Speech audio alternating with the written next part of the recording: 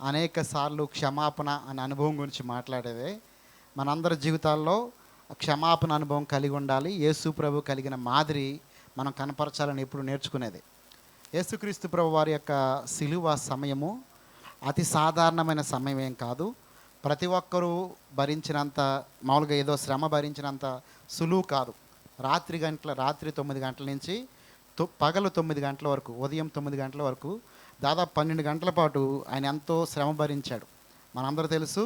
మనం లేఖనాలు చదువుతున్నప్పుడు యాక్చువల్గా మత్తయి సువార్త, మార్కు, లోకా, యోహాను చదివితే మనం మామూలుగా చదివితే మనకి ఏమర్థమవుతుందంటే, నేను ఆల్రెడీ నా వాక్య భాగంలో ఆఫ్టర్ నేను చెప్తాను.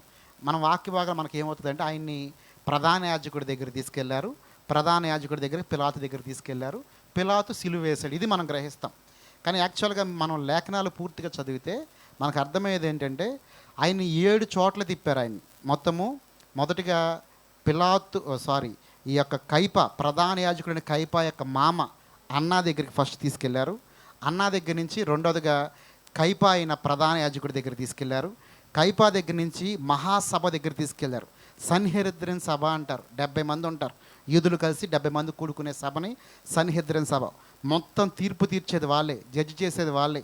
ఎవరినైనా ఏదైనా వారు పని చేయాలంటే వారు ధర్మశాస్త్రం ప్రకారం పాటిస్తున్నారో లేదో చూస్తారు. ఈ సన్హెద్రిన్ సభ దగ్గర తీసుకెళ్లారు. నాలుగోదిగా అక్కడి నుంచి వారిని ఎక్కడ తీసుకెళ్లారంటే ఈ పిలాతు దగ్గర తీసుకెళ్లారు. పిలాతుకు తప్పు కనపడాల, పిలాతుకు యేసుక్రీస్తు ప్రభు వల్ల పాపం కనపడాల. పిలాతు నుంచి 5వదిగా ఆయన హేరోద్ దగ్గరికి పంపించాడు. హేరోద్ దగ్గర పంపిస్తే హేరోద్ ఆయన చూశాడు, సంతోషపడ్డాడు. హేరోద్ ఆయన గురించి చాలా విషయాలు విని ఆయన ఏదైనా సూచక్రియ చేస్తాడని ఎక్స్పెక్ట్ చేశాడు. జరగల. అక్కడి నుంచి మళ్ళీ హేరోద్ ఏం చేశాడంటే తిరిగి పిలాతు యొక్క మందిరంలోకి పంపించాడు. పిలాతు దగ్గరికి పంపించి పిలాతు తన మందిరం నుంచి బయటకు వచ్చాడు. ఇక్కడ 2 పాటలు కనపడతాయి. గెత్సేమనే నుంచి గబ్బాతా ఉదయం 6 గంటలకి, రాత్రి 9 గంటలకు ప్రారంభం అయితే ఉదయం 6 గంటలకి గబ్బాతా ప్రాంతానికి వచ్చాడు యేసుప్రభు. అది పిలాతు యొక్క మందిర ఆవరణంలో ఉండే ప్రదేశం. అక్కడి నుంచి ఈ గబ్బాతా నుంచి గొల్గొతాకి ఇంకో 3 గంటలు పట్టింది. మొత్తం దాదాపు 12 గంటల జర్నీ. ఎందుకు చెప్తున్నానంటే ఈ రాత్రి కాలం అంతా 8 కిలోమీటర్లు ఆయన నడిపించారు. 8 కిలోమీటర్లు నడిపించారు. గెత్సేమనే తోటలోంచి యేసుక్రీస్తు ప్రభువారు మీరు లేఖనం చదివితే ఆయన ఈడ్చుకెళ్ళిపోయారు అని లేఖనం కనపడుతుంది. ఆయన ఈడ్చుకు వెళ్ళిపోయారు. అలా ఎంత దూరం ఈడ్చుకెళ్ళారంటే కిలోమీటర్ ఈడ్చుకెళ్ళారు. ఆయన అంత ఈజీ ఏం కాదు. ఇట్లా పట్టుకుంటారు. దాదాపు 1 కిలోమీటర్ పాటు ఆయన ఈడ్చుకెళ్ళిపోయారు. కొట్టారు. ప్రతి చోట వెళ్ళిన చోట, నేను మధ్యాహ్నం మనం ధ్యానం చేద్దాం, ప్రతి చోట అరచేతులతో కొట్టారు, పిడిగుద్దులు గుద్దారు, ముఖం మీద ముసుగేశారు.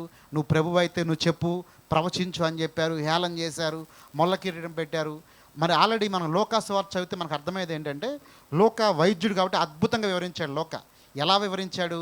యేసుక్రీస్తు ప్రభు వారు గెత్సేమనే తోటలో ప్రార్థన చేస్తుంటే ఆ ప్రార్థనా సమయంలో ఆయన చెమట రక్త బిందువులుగా మార్చబడిందని ఆయన ఎక్స్ప్లెయిన్ చేశాడు. అంటే ఆయన సైంటిఫికల్గా ఒకవేళ మనం డాక్టర్స్ను సంప్రదిస్తే మనకు అర్థమైంది ఏంటంటే, హెవీ బ్లడ్ ప్రెషర్ వచ్చినప్పుడు, హై బ్లడ్ ప్రెషర్ వచ్చినప్పుడు ఇక మరణానికి దగ్గర అవుతున్న పరిస్థితిలో మనిషి యొక్క చెమట రక్తంగా మారే అవకాశం ఉందంట. అది రేర్గా జరుగుతుంది. అలా జరిగిందంటే ఆల్మోస్ట్ ఇక మనిషి చనిపోయినట్లే. అంత హై బీపీతో ఉన్న వ్యక్తి, అంత ప్రెజర్తో ఉన్న వ్యక్తి రాత్రంతా 8 కిలోమీటర్లు ఆయన తిప్పారు. ఆయన్ని దారుణంగా హింసించారు, దారుణంగా గాయపరిచిన తర్వాత జరిగిన విషయం ఏంటంటే మొల్ల కిరీటం వేశారు, రెల్లితో కొట్టారు, మరి ఇదంతా గుచ్చారు. ఇదంతా అయిపోయిన తర్వాత ఇప్పుడు సిలువేశారు. గబ్బాతాలో సిలువేశారు. యాక్చువల్గా నేను క్షమాపణ గురించే చెప్తున్నాను. మనకు అర్థం కావటానికి నేను అక్కడికి వెళ్తున్నా. మీరు ఒకవేళ నేను టాపిక్ డైవర్ట్ అయినా అవలా, దేవుని స్తోత్రం, హల్లెలూయా. సో ఈ టైంలో ఈ గబ్బాతా దగ్గర నుంచి సిలువేసి తీసుకెళ్తున్నప్పుడు యాక్చువల్గా ఒక మనిషిని యూదా ధర్మశాస్త్రం ప్రకారము వారు రోమా గవర్నమెంట్కి అప్పగిస్తారు. రోమీలు సిలువేయటం అంటే ఏంటంటే, వారు ఎలా సిలువేస్తారంటే యాక్చువల్గా సిలువ ఉన్న ప్రాంతానికి ఒక ముద్దాయిని, ఒక శిక్ష అర్హుడిని తీసుకెళ్ళి అక్కడ సిలువేసి వచ్చేస్తారు అంతే. యేసుప్రభుని అలా చేయలా. ఈ గబ్బాతా నుంచి గొల్గొతా దాదాపు ఇక్కడి నుంచి 1 కిలోమీటరు. ఇక్కడ ఈయన పైన ఏం చేస్తే సిలువను పెట్టారు.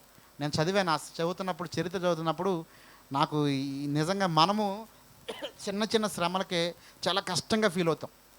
మనం ఒకవేళ అంత ప్రెజర్ పడిన వ్యక్తి, అంత దారుణమైన శ్రమ అనిపించిన వ్యక్తి ఒక 35 కేజీల బరువు మోయటం కూడా కష్టం అంట. ఒక 35 కేజీల బరువు మోయటం కూడా చాలా కష్టం. కానీ యేసుక్రీస్తు ప్రభు వారి భుజం మీద మోపిన సిలువ బరువు 135 కేజీల నుంచి 150 కేజీలు అంట. అంత బరువు సిలువ మోపారు ఆయన పైన. సిలువ మోపారు, సిలువ తీసుకుంటూ వెళ్ళాడు. కురేనీయుడైన సీమోన్ వచ్చి హెల్ప్ చేశాడు. తర్వాత గొల్గొతాకి వెళ్ళారు. గొల్గొతాలో ఆయన కాళ్ళకి, మేకులకి, చేతులకి మేకులు కొట్టారు, తలకి కిరీటం పెట్టి మొత్తం సిలువ వేశారు. ఈ టైంలో ఇంత ప్రాసెస్లో, ఇంత దారుణమైన ప్రెజర్తో, ఇంత దారుణమైన శ్రమను అనిపిస్తున్న సమయంలో యేసయ్య చెప్తున్న మాట ఏంటంటే, తండ్రి వీరేమి చేయుచున్నారో వీరెరుగరు గనక వీరిని క్షమించు. ఎంత అద్భుతమైన మనసు, ఎంత అద్భుతమైన మనసు యేసు మనసు. యేసు బిడ్డలుగా చెప్పుకుంటూ ఈరోజు కూడా మనం క్షమించలేం. సొంత కుటుంబస్తులను క్షమించలేం, స్నేహితులను క్షమించలేం, బంధువులను క్షమించలేం. క్షమాపణ హృదయం లేని వారిగా మనం ఉంటున్నాం. కానీ నువ్వు దేవుని బిడ్డగా, పిలిపిలు రాసిన పత్రిక 2వ అధ్యాయంలో పిలిపి భక్తుడు పౌలు గారు పిలిపి సంగతి మాట్లాడుతూ ఒక అద్భుతమైన మాట అన్నాడు. క్రీస్తు యేసు కలిగిన మనస్సును మీరు కూడా ఎవరి మనసు కలిగి ఉండాలని మనం? యేసు ప్రభు మనసు. ఏంటి యేసు ప్రభు మనసు? క్షమించే మనసు, క్షమాపణ హృదయం కలిగి ఉండాలని దేవుడి ఉదయకాలం మనకు నేర్పిస్తున్నాడు. ఈ మొదటి మాట ద్వారా దేవుడు జ్ఞాపకం చేస్తున్న ఆధ్యాత్మిక పాఠం ఏంటి? దేవుడు చెప్తున్న మాట ఏంటి? దేవుడు తండ్రికి ప్రార్థన చేస్తూ అంటున్నాడు, తండ్రి వీరేమి చేయుచున్నారో వీరు ఎరుగరు గనక వీరిని ఏం చేయండి, క్షమించమంటున్నారు. నిజంగా ఈ పరిస్థితిని ఎదుర్కొన్నప్పుడు మొదటిగా ఈ ఆది సంఘములో ఒక వ్యక్తి ఇటువంటి క్షమాపణ హృదయాన్ని కలిగి ఉన్నాడు. ఎవరని చెప్తారా? ఆది సంఘములో పాస్టర్ గారు కాకుండా ఇక్కడ ఉన్న వాళ్ళు ఎవరైనా ఆది సంఘ టైంలో యేసు ప్రభులాగా ఒక వ్యక్తి క్షమించమని అడిగాడు. ఎవరని చెప్తారా? స్టెఫను ఒక పరిచారకుడిగా ఏర్పరచుకున్నాడు.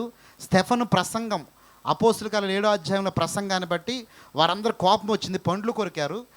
ఆయన రాళ్ళతో కూడా చంపుతుంటే ఆయన అంటాడు మోకరించి, అయ్యా ఈ పాపం వీరి మీదకి మోపకు అంటాడు. దేవుని స్తోత్రం. మనందరూ తెలుసు, గాంధీ గారు ఒక మాట చెప్పాడు, అద్భుతమైన మాట. ఎవరైనా నీ ఎడం చెంప మీద కొడితే ఏం చేయాలి? కుడి చెంప చూపించాలి. మనం ఎడ చెంప మీద కొట్టక ముందే ఏం చేస్తాం? మన చేతులతో వాళ్ళని బాధేస్తాం. దేవుని స్తోత్రం.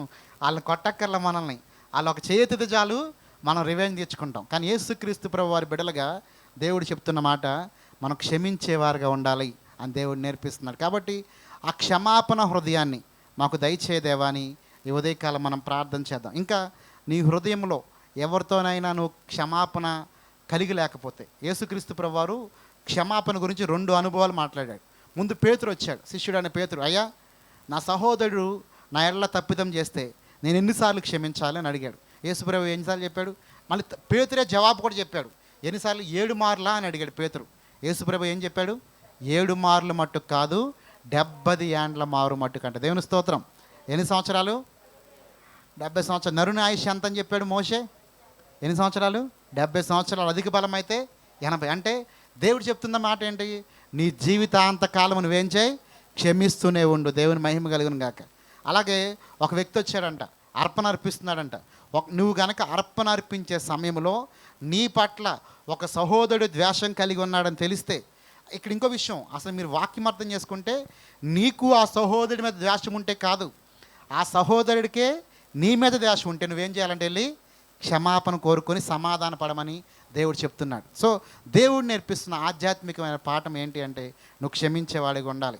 క్షమాపణ హృదయం లేనివారు క్రీస్తు బిడ్డలు కారు అని దేవుడి ఉదయకాలం జ్ఞాపకం చేస్తాడు. అంతగా బాధపడి, అంతగా గాయపరచబడి, అంతగా దూషించబడి, అవమానపరచబడి, అంతగా ఈడ్చుకొని పోయిన యేసుక్రీస్తు ప్రభు వారు చెప్తున్న మాట, తండ్రి వీరేమి చేయుచున్నారో వీరు ఎరుగరు కనుక వీరిని క్షమించమని దేవుడు చెప్తున్నాడు. ప్రార్థన చేసుకుందాం.